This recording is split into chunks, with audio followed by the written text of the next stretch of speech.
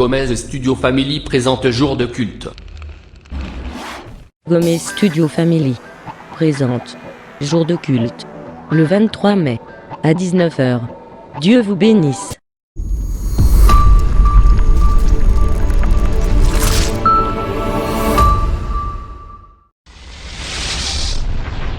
Gomez Studio Family présente Jour de culte.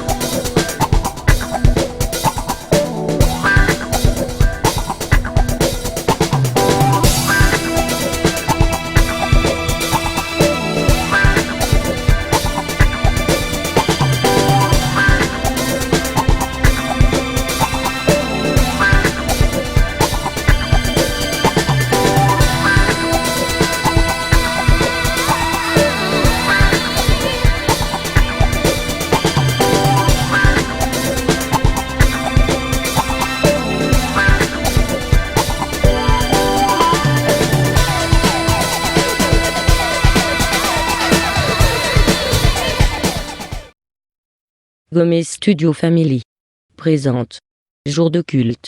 Dieu vous bénisse.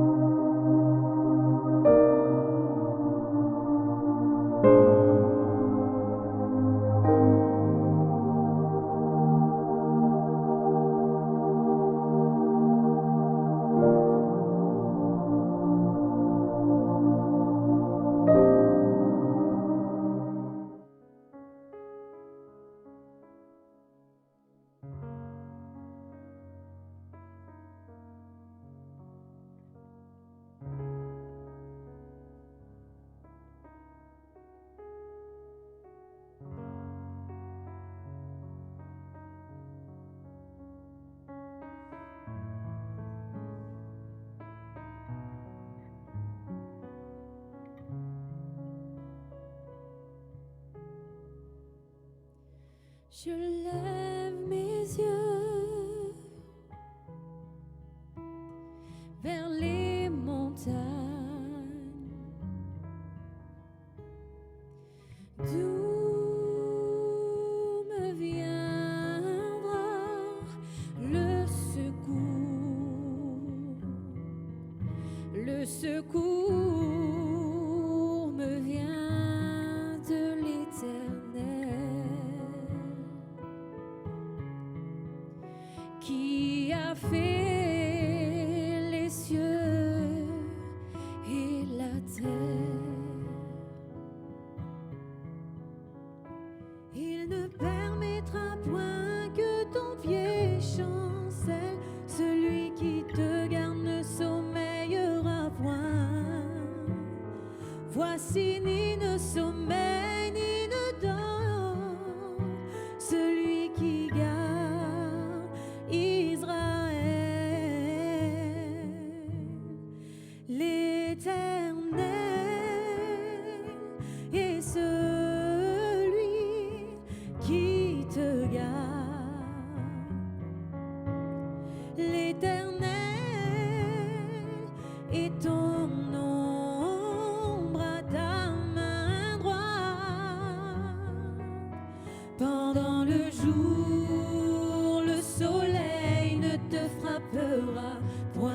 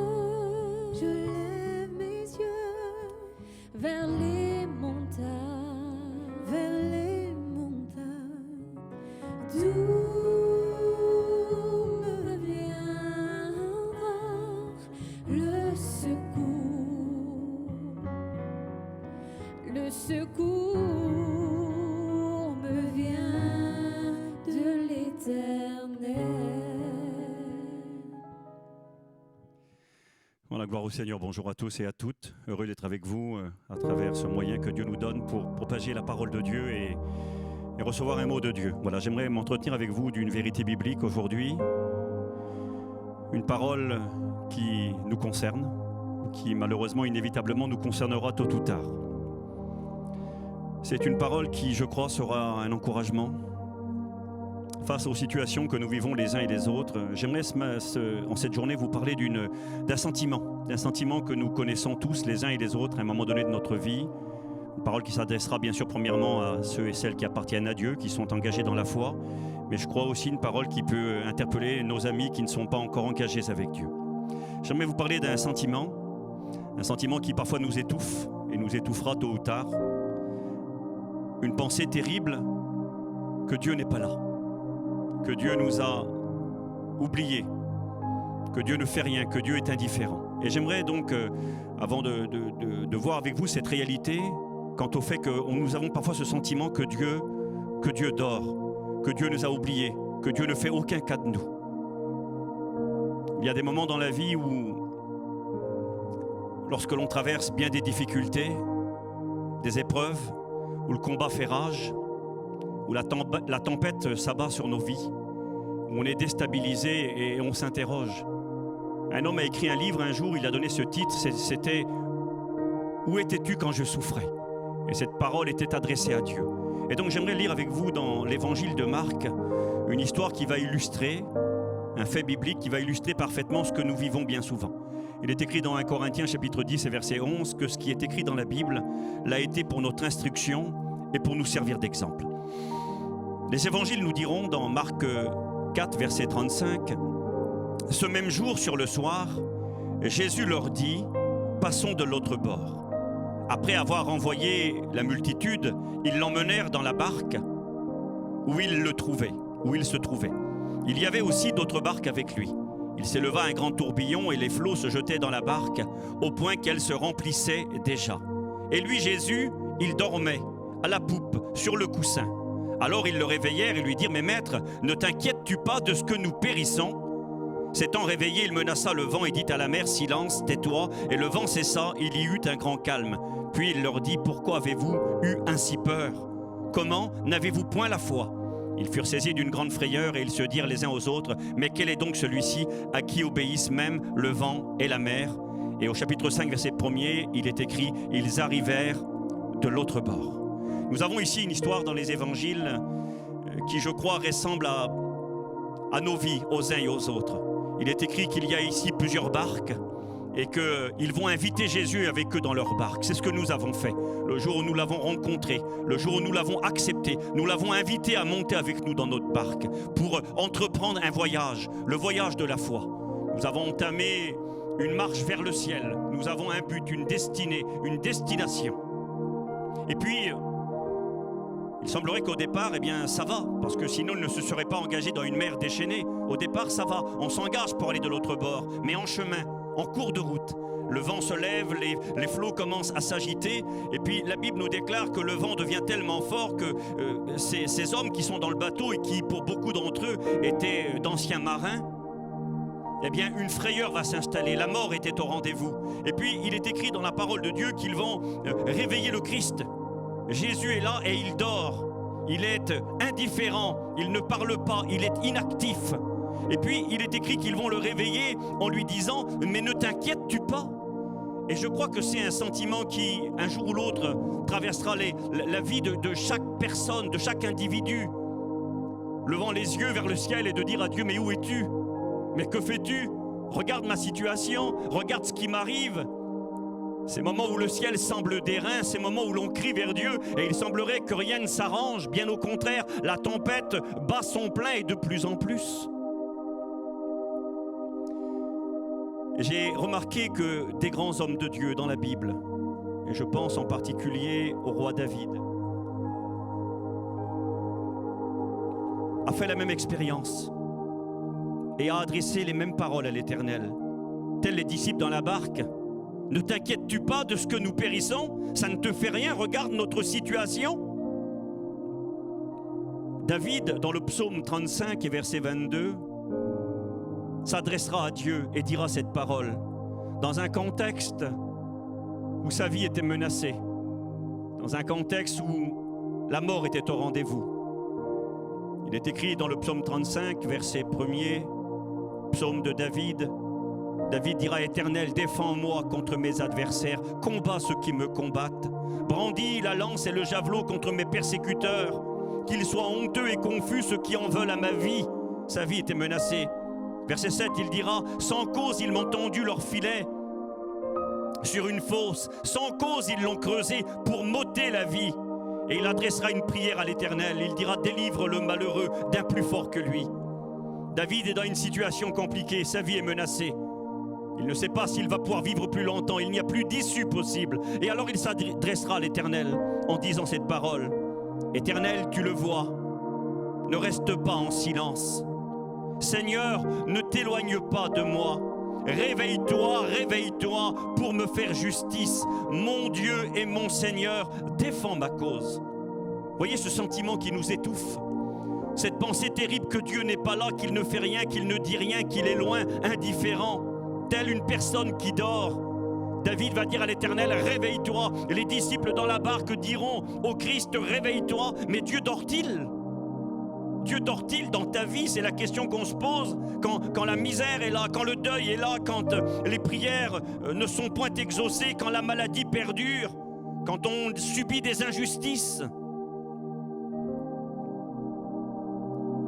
La liste serait longue,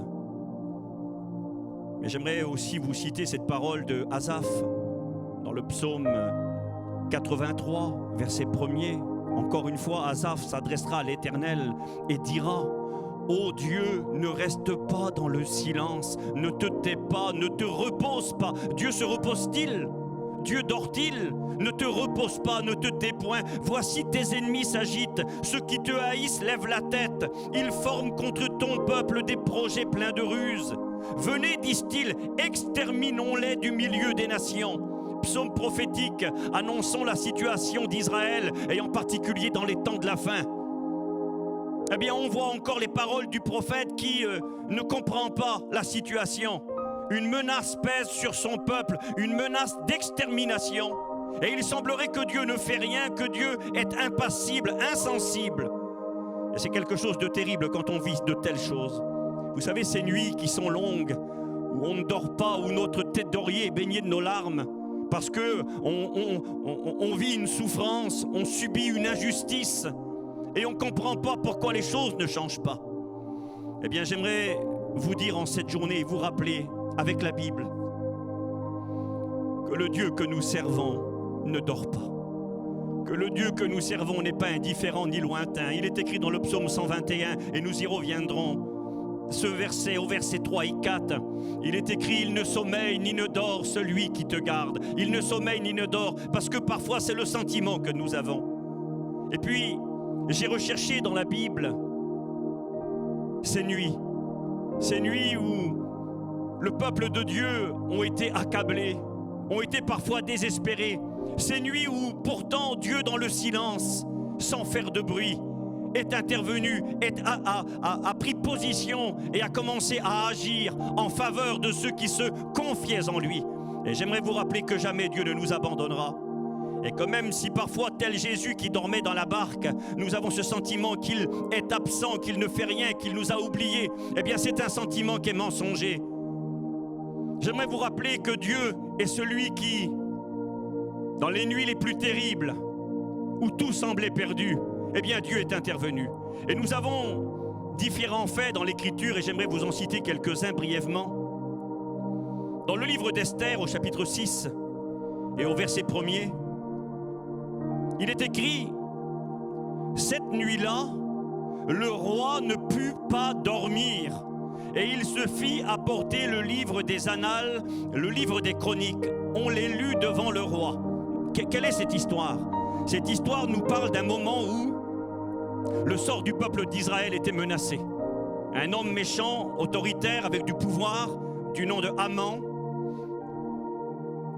avait obtenu l'autorisation de mettre en place un décret, une loi, proclamant la destruction du peuple d'Israël. On allait exécuter les femmes, les enfants, les vieillards, sans que le peuple d'Israël ne se défendre. Et puis tout semblait perdu. Et puis la Bible déclare qu'un soir, une nuit, le grand roi de ce pays ne peut pas dormir. Pourquoi ? Ce n'est pas écrit noir sur blanc. Vous savez, le livre d'Esther est l'un des 2 livres qui dans la Bible où le nom de Dieu n'est pas cité. Et pourtant Dieu est partout dans ce livre. J'aime bien cette expression, un homme a dit cela un jour, il a dit le hasard, c'est l'endroit où Dieu se promène incognito.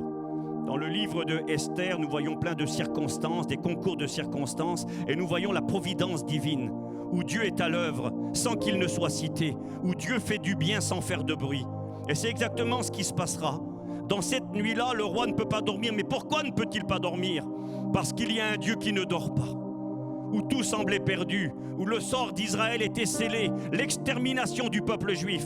Et derrière l'extermination du peuple juif, il y avait le salut du monde qui était en jeu. Parce que le salut vient des Juifs, parce que Jésus était un Juif. Et Jésus allait naître de ce peuple-là. Et puis, à ce moment-là, tout semble fini. Et puis dans cette nuit, Dieu va tourmenter, Dieu va réveiller le roi et va l'obliger va le pousser à demander à ce qu'on lui lise le livre des chroniques du peuple. C'est-à-dire, tous les faits importants étaient notés dans un livre et c'était donc les annales, l'histoire du peuple. Et puis là, il est écrit que cette nuit-là, le roi, ne pouvant dormir, va demander qu'on lui lise un petit peu les faits qui s'étaient déroulés dans son royaume. Et comme par hasard, ce hasard où Dieu se promène incognito, ils vont tomber juste dans une lecture où il était stipulé qu'un homme juif du nom de Mardoché avait fait du bien au roi, avait même protégé, sauvé la vie du roi. Et puis le roi va poser la question, mais qu'avons-nous fait à cet homme ? Quel acte de reconnaissance lui avons-nous donné ? Et il est écrit que les serviteurs qui étaient là vont dire, on n'a rien fait pour cet homme. Et à ce moment précis, c'était le matin, l'homme qui avait réussi Haman à adopter ce décret de la destruction du peuple d'Israël arrive dans la cour du roi. Et puis je couperai les détails de cette histoire, mais c'est extraordinaire. Dans la nuit, Dieu a réveillé le roi. Il a lu le passage précisément où un juif du nom de Mardoché avait fait du bien au roi, avait sauvé la vie du roi. Et puis donc là, le matin, quand l'homme méchant Haman arrive dans la cour du roi, le roi lui dit, que faut-il faire à quelqu'un que l'on veut honorer ? Que faut-il faire comme acte de reconnaissance à quelqu'un à qui on veut faire du bien ? Et nous voyons dans cette histoire que tout va changer à ce moment-là. Mardoché va être élevé, la reine Esther va prendre la parole, elle va dévoiler le complot, ce qui avait été mis en place, et nous voyons que tout va changer. La destruction va se transformer en bénédiction, parce que dans la nuit, Dieu avait réveillé le roi de ce pays-là. Dieu est capable de réveiller les rois, Dieu est capable dans la nuit d'intervenir. Nous voyons dans le livre de la Genèse, au chapitre 41, versets 1er à 4, il est question de ce jeune homme qui s'appelait Joseph, fils de Jacob, un garçon qui avait connu bien des souffrances, vendu par ses frères, il n'a que 17 ans, il devient esclave, il est envoyé loin de chez lui dans un pays étranger, il ne comprend pas ce qui lui arrive. Joseph, qui connaît Dieu et qui a mis sa foi en Dieu, qui connaît son Dieu, qui a vécu des expériences intimes avec le Seigneur, ne comprend pas ce qui lui arrive. Vous savez, il y a des moments dans nos vies où on ne comprend plus rien. Il y a des moments où bien des pourquoi et des comment surgissent dans nos cœurs. Vous savez, ce qui est plus dur à accepter quand on souffre, c'est l'injustice. Parce qu'à la limite, quand on souffre et que quelque part on estime mériter ou subir quelque chose, et bien que quelque part on a joué un rôle pour cela, c'est différent. Mais quand on subit quelque chose que l'on ne mérite pas, quand on vit une tragédie, une souffrance, et puis qu'on estime que ce que nous vivons n'est pas juste, c'est très dur à accepter. Et je crois personnellement que dans les temps de la fin, qui sont les nôtres aujourd'hui, l'Église de Jésus-Christ connaîtra et connaît de plus en plus de ces temps où elle subit des souffrances, des attaques, des injustices. Et dans ces moments-là, eh bien, devant nous se présentent plusieurs solutions. La révolte, lever le poing contre le ciel, la colère, la dépression, la désolation. On peut se laisser enfermer dans bien des prisons. J'ai noté ceci. On peut se laisser enfermer dans la prison de la tristesse, dans la prison du trouble, du découragement, de l'abandon ou de la révolte. C'est la tentation. Et là, Joseph, il a 17 ans, il est vendu par ses frères, qui le jalousent, qui ne le comprennent pas, qui veulent le tuer. Et puis, il partira, il finira esclave. Et puis ensuite, il finira en prison, encore une fois, injustement. Et puis là, il a environ 30 ans et ça fait des années que ça dure. Et peut-être que pour beaucoup, eh bien, ça fait des années que ça dure. L'injustice, la souffrance, l'incompréhension. Les nuits où il semblerait que Dieu n'est pas là, où il semblerait que Dieu dort. Il est écrit dans la parole de Dieu que une certaine nuit, Joseph est oublié de tous. Son père pense qu'il est mort. Il est dans cette prison égyptienne. La situation semble finie pour lui. Et puis il est écrit qu'une nuit, Dieu va intervenir. Il est écrit, je vais vous lire dans Genèse chapitre 41, versets 1er à 4, il est écrit qu'au bout de 2 ans, Pharaon eut un songe. Dieu va parler à Pharaon, qui est l'homme le plus important du pays et du monde à l'époque. Et puis Dieu va lui montrer des choses. Il va lui révéler que cette année d'abondance allait être le partage du peuple égyptien et ensuite cette année de disette et que ça s'abattrait sur le monde de l'époque. Mais il ne comprend pas, c'est d'une manière imagée qu'il voit ces choses. Et puis là, dans la nuit, il ne peut pas dormir. Il est écrit comme ça, au verset 5, Pharaon se rendormit et il eut un second songe. Verset 7, Pharaon s'éveilla, se réveilla. Nous voyons que c'est la nuit, un homme qui dort et Dieu lui parle. Et puis quand il se lève le matin, Pharaon, il ne comprend pas ce qu'il a vu. Il a vu des choses qu'il a du mal à discerner. Et puis il demande explication et personne n'est en mesure de lui répondre. Et là, il est écrit que c'est à ce moment-là, à cause de ce que Dieu avait fait dans la nuit, il est écrit qu'à ce moment-là, un homme va prendre la parole et parler à Pharaon et lui dire, il y a quelqu'un dans la prison, un jeune hébreu du nom de Joseph, qui est en mesure d'expliquer ce que tu as vu, qui est en mesure de te donner des réponses. Et c'est extraordinaire comment du jour au lendemain, en une nuit, tout a changé. Joseph s'est couché dans la prison, oublié de tous. 13 années de questions sans réponse, d'injustice et de souffrance. Il se couche prisonnier dans une prison égyptienne et le matin quand il se lève, on ordonne de le laver, de le raser, de le préparer, de lui mettre des beaux vêtements, des vêtements princiers. Joseph sort de la prison, est présenté à la cour de Pharaon. Il expliquera les rêves, les songes de Pharaon et il deviendra l'homme le plus puissant du pays. Il deviendra un ministre, un homme important et toute sa vie changera. Il s'est réveillé le matin en prison, le soir il dormira dans un beau lit, dans un palais. Tout avait changé, parce qu'en une nuit, le Dieu qui ne sommeille ni ne dort était intervenu et avait transformé la situation. Et rapidement, un exemple ou deux dans l'Écriture. Dans le livre de l'Exode, au chapitre 16, versets 11 à 15, nous avons un peuple constitué d'environ 3 millions de personnes. La Bible nous enseigne qu'il y avait 600 000 juifs de plus de 20 ans qui ont quitté le pays d'Égypte sous l'autorité de Moïse quand Dieu délivra le peuple d'Israël de la tyrannie égyptienne. 600 000 hommes. On pense qu'il y avait autant de femmes. 1 200 000. Avec les enfants, au moins 3 millions d'individus. Et là, nous avons un peuple énorme de 3 millions d'individus qui quittent le pays d'Égypte et puis qui s'engouffrent dans le désert du Sinaï. Et là, dans ce désert, dit la Bible, eh bien, ils vont éprouver la faim et la soif. Et ils vont crier vers l'Éternel. Ils vont demander à Dieu d'intervenir et de leur donner de la nourriture. Et j'aimerais vous lire la Bible, brièvement. Dans le livre de l'Exode, nous est rappelé, au chapitre 16 et verset 11, comment Dieu va intervenir. Il est écrit, l'Éternel s'adressa à Moïse et dit, j'ai entendu les murmures des enfants d'Israël.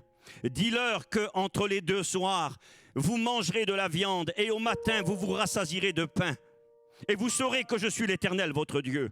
Le soir, il survint des cailles qui couvrirent le camp. Et au matin, il y eut une couche de rosée autour du camp. Quand cette rosée fut dissipée, ils trouvèrent du pain. Et moi j'ai noté ceci, Dieu dans la nuit, le plus grand des boulangers, fabriquera et préparera du pain.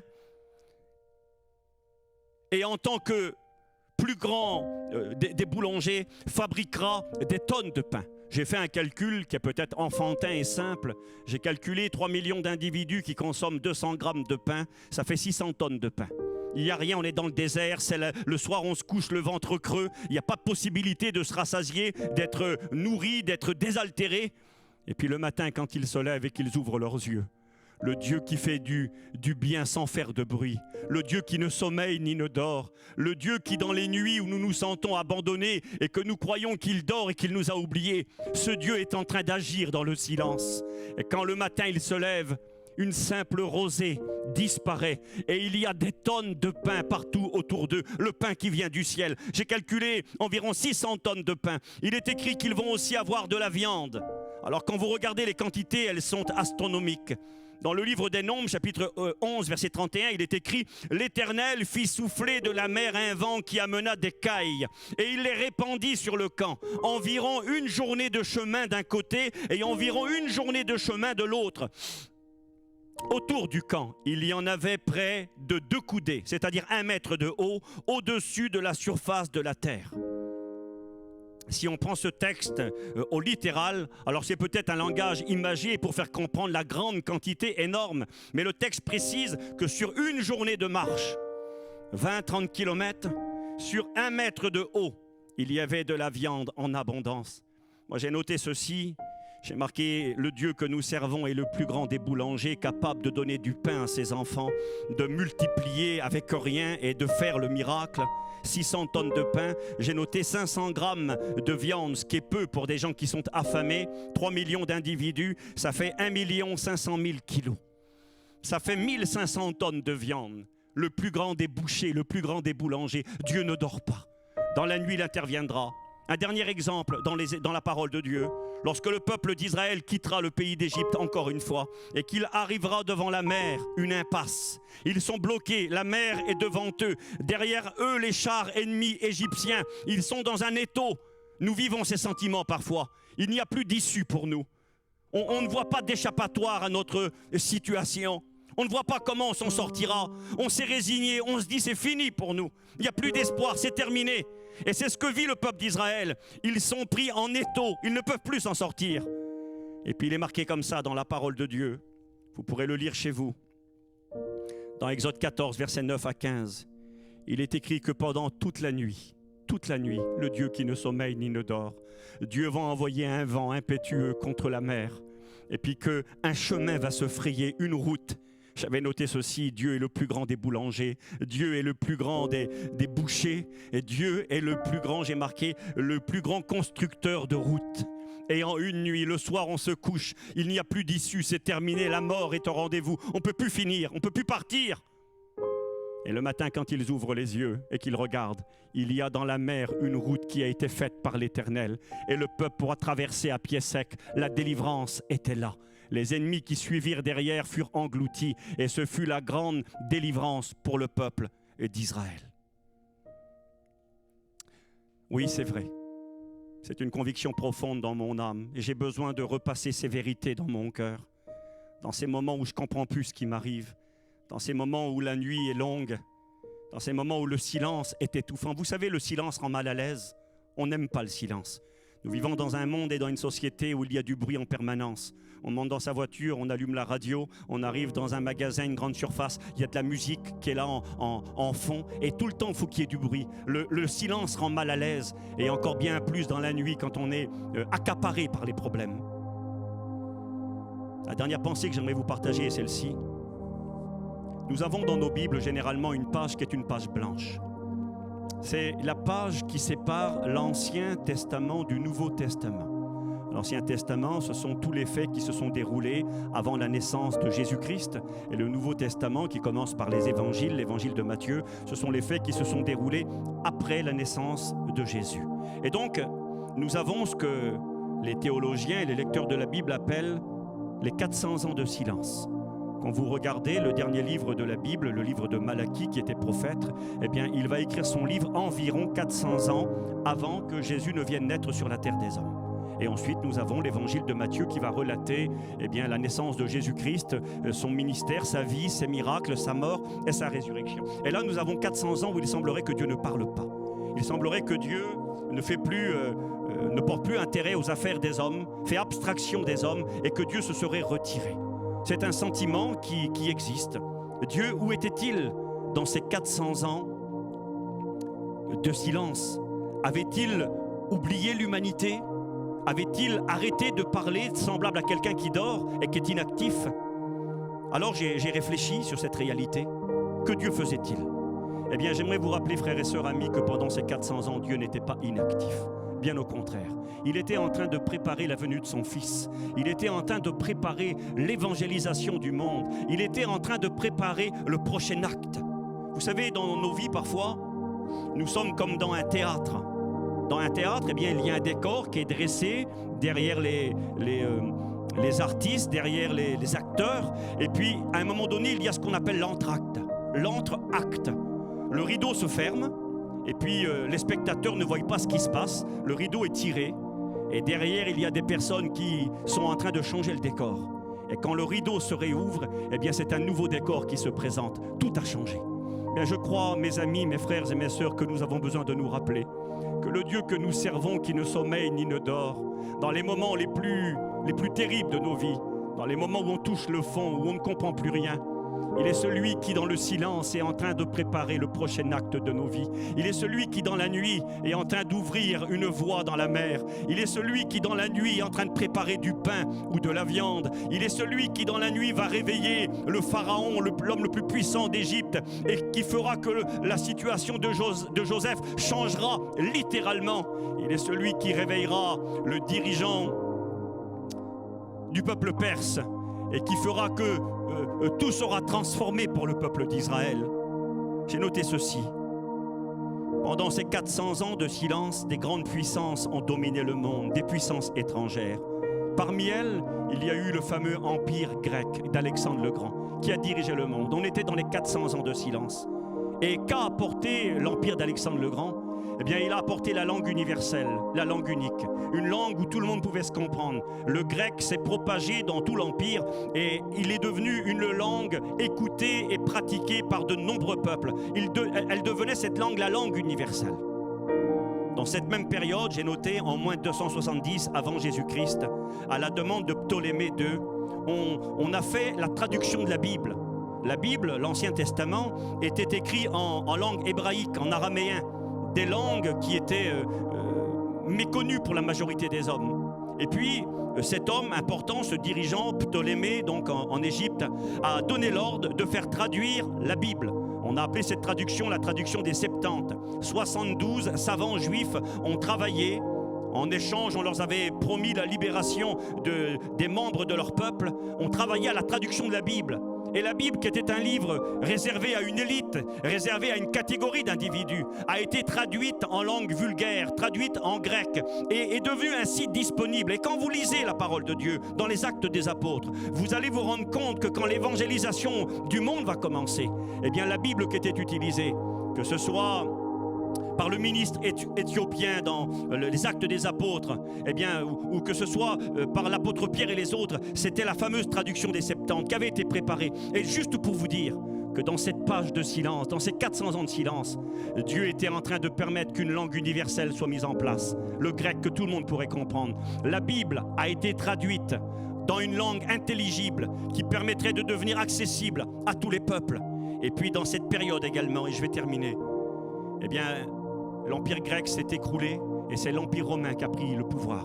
Et dans cette période où l'Empire romain a pris le pouvoir, eh bien l'Empire romain a commencé à entreprendre, en moins 27 avant Jésus-Christ, a commencé à entreprendre la construction de routes. Et là, des routes ont été construites un peu partout.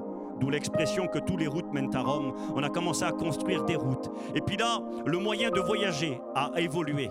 Les routes ont été sécurisées, il y avait des garnisons romaines un peu partout. On a fait des routes pavées et c'est devenu beaucoup plus aisé de se déplacer.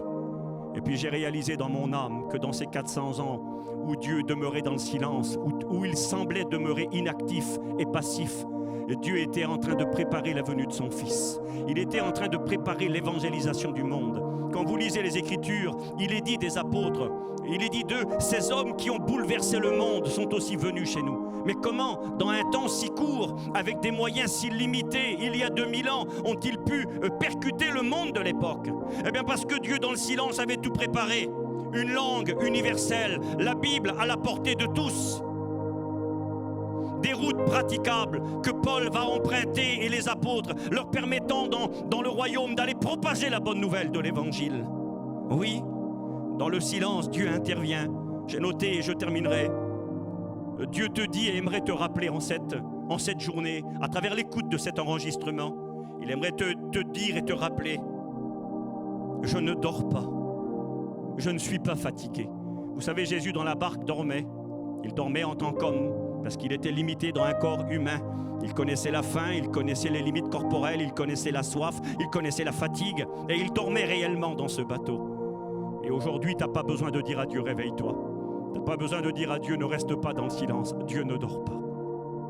Je ne dors pas, te dit le Seigneur. Je ne suis pas fatigué.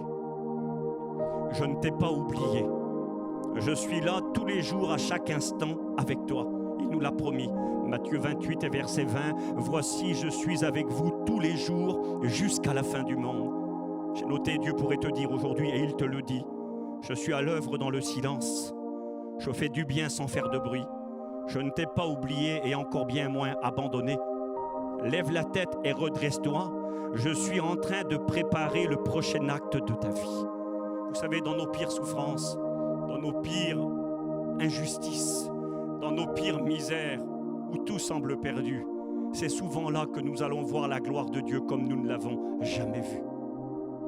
Et Dieu nous invite en cette journée à nous confier en lui, à ne pas perdre courage, à lever notre tête et à prendre conscience qu'il est là, à nos côtés. J'aimerais prier pour vous un instant. J'aimerais que vous puissiez prendre conscience chez vous. Je vous partage cette anecdote et je prie. Je connais un pasteur, un vieux pasteur. Il y a de cela quelques années, il était chez lui le soir et il avait fait une installation de fortune pour avoir un peu d'électricité dans sa caravane pour lire la Bible le soir.